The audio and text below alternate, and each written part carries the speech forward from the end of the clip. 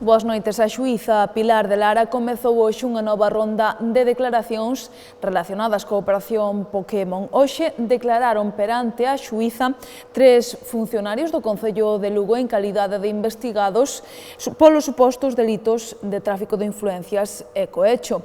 Preguntado hoxe por este termo, o voceiro do goberno local, Miguel Fernández, dixo que colaborarán coa xustiza e pediu celeridade.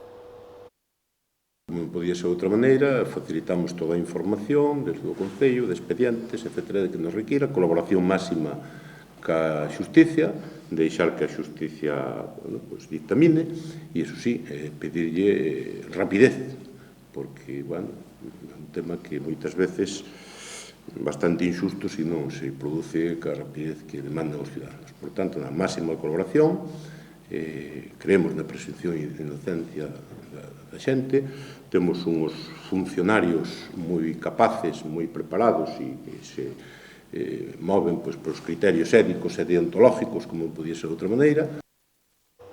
E falamos doutra operación, neste caso da Operación Pulpo. Hoxe o voceiro socialista na Deputación, Álvaro Santos, negou que a investigación este afectando o funcionamento da institución provincial da que dixo que funciona con total normalidade.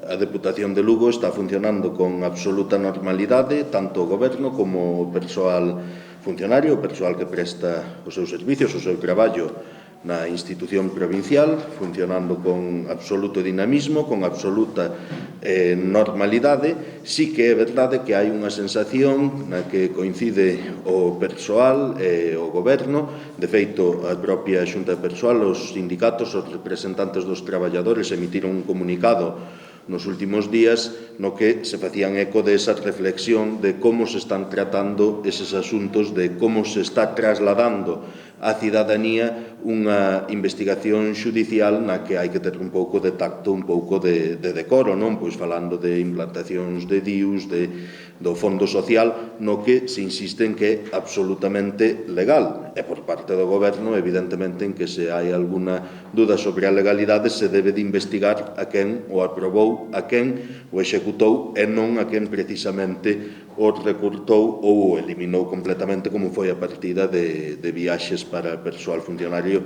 e para fillos. Non obstante, insisto, a Deputación de Lugo está funcionando con absoluta normalidade, tanto o persoal como o Goberno.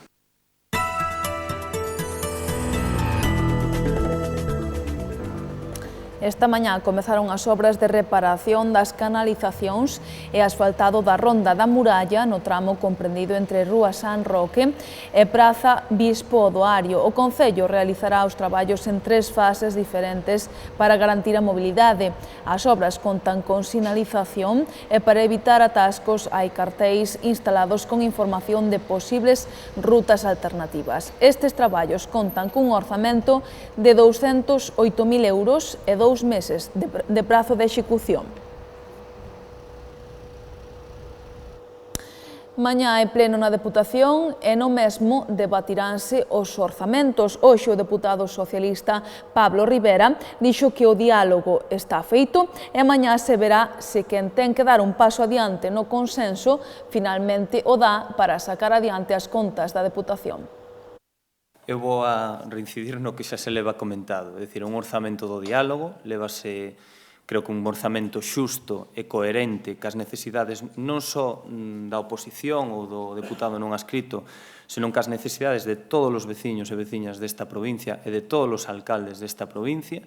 É o que se leva facendo dende hai 4 meses, o noso presidente Darío Campos leva recibindo a todos os alcaldes, independentemente da cor política, para establecer unha liña clara de consenso. O diálogo está feito, mañá veremos si quen ten que poñer pola súa parte nese consenso vai dar o paso. Esperemos que sí. No pleno tamén se debaterán outras cuestións. O Goberno provincial levará unha moción pedindo a paralización do desmantelamento do servizo de correos e outras sobre a memoria histórica. Unha moción para reivindicar e exixir ao servicio de correos a restitución de todas aquelas prestacións que viña realizando en anos anteriores, é dicir, nos anos anteriores ao 2013, 2014 e 2015, donde se está a producir un desmantelamento dos servicios que presta esta sociedade. Sociedade que, recordamos, se privatizou a partir do ano 2000, sendo Alberto Núñez Feijóo, que hoxe é presidente da Xunta de Galicia, o responsable do servizo de correos.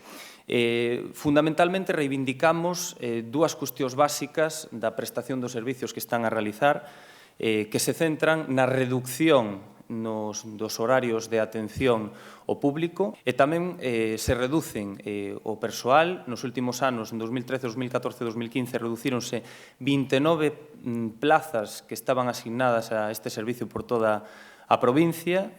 Actualmente están en marcha a reducción de 11 plazas máis. Propoñemos e comprometémonos desde o Goberno da Diputación a promover ao longo do ano 2016 o desenvolvemento dun programa de actividades en colaboración con entidades da memoria e concellos arredor da memoria histórica e da represión franquista.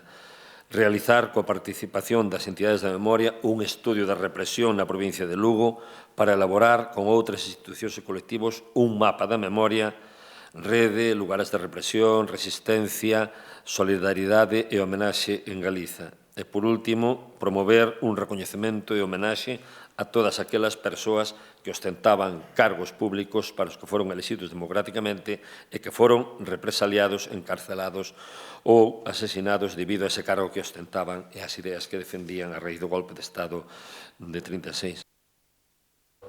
O Partido Socialista exíxelle á Xunta de Galicia a implantación de hemodinámica 24 horas no Hospital Lucus Augusti de forma inmediata, tamén a colocación do segundo acelerador de radioterapia e a posta en marcha de medicina nuclear. Para todo iso levarán mocións aos plenos da Deputación e do Concello de Lugo.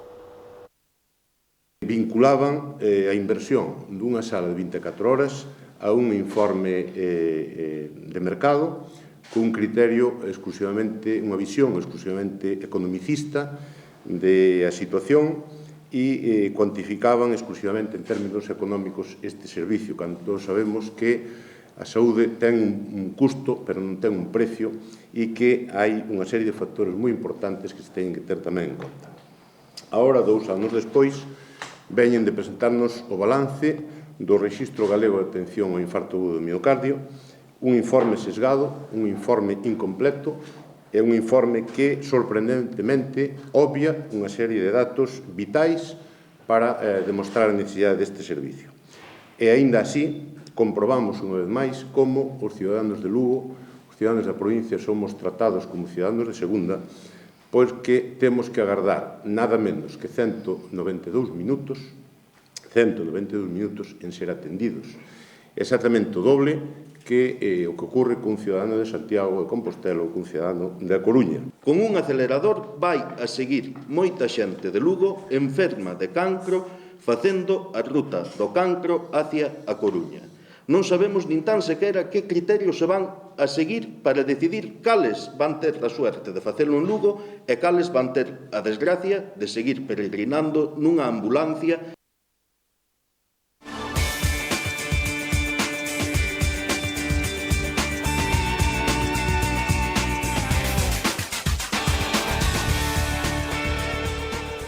Coa victoria de onte fronte ao Albacete, o Club Deportivo Lugo prácticamente asegurouse a permanencia na segunda división. Por iso, hoxe Carlos Hernández falou de que case cumpriron o gran obxectivo da temporada. La verdad que el equipo tiene que estar contento. Yo creo que todo el mundo firmaría a esta altura a principio de temporada estar aquí y creo que esa es la línea a seguir desde aquí a final de temporada. Esto es segunda división, te enfrentas contra un equipo que está abajo con muchos problemas y también tienes dificultades. Creo que el partido, casi todo el partido estuvo prácticamente controlado, menos la parte que tú dices, pero creo que eso lo sabemos hacer bien, sabemos sufrir y creo que así fue y nos llevamos los 3 puntos. Cada vez que se gana, la semana es mucho mejor y ahora que llevamos un mes con una dinámica buena, que estamos sumando en todos los partidos, creo que eso hace que el ambiente sea mucho más mucho más distendidos y creo que eso es lo importante, que estemos donde estemos, quedando 11 jornadas, creo que eso es lo bonito y ahora hay que disfrutar, que es lo más importante. Yo creo que el equipo ya venía trabajando bien desde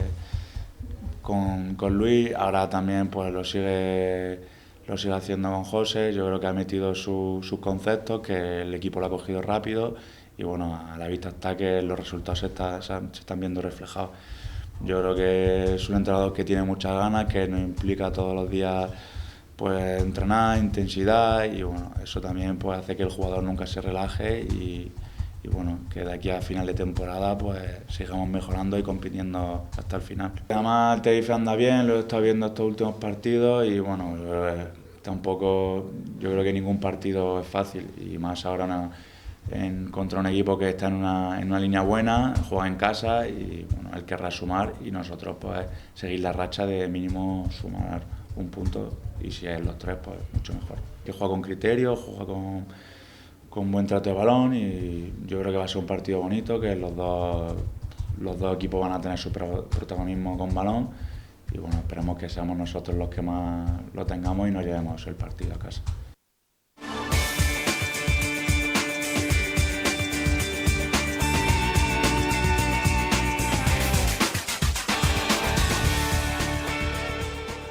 Isto foi todo pola nosa parte, pero poden seguir informados a través do xornal El Progreso e do portal do grupo El Progreso galiciae.com. Deixámonos agora con imaxes da exposición Airiños, Aires, Rosalía, que se pode ver no Pazo de San Marcos. Que teñan moi boa noite, deica mañá.